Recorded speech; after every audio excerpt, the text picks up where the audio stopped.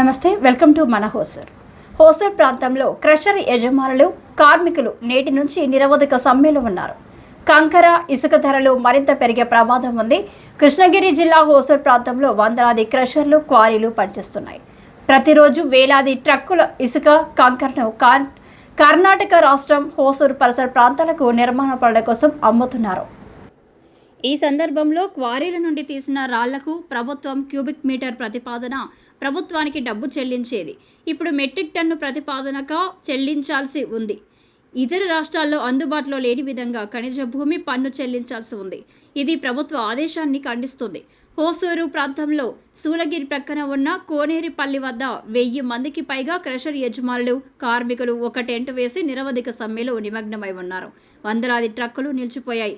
నిర్మాణ పనులకు ఉపయోగించే ఇసుక కంకర ధరలు పార్క్ చేసిన ట్రక్కుల కారణంగా మరింత పెరగనున్నాయి.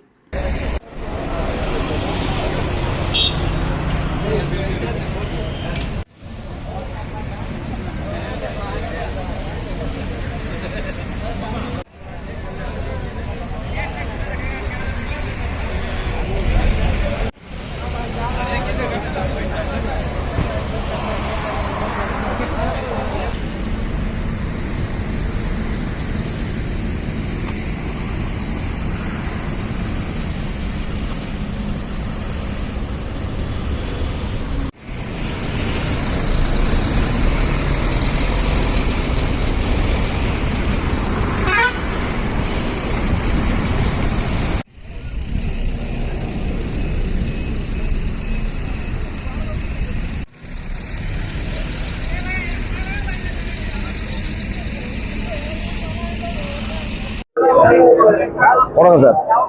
ஒசூர் கிரஷர் ஓனர் அசோசியேஷன்லேருந்து நான் மது பேசுகிறேன்.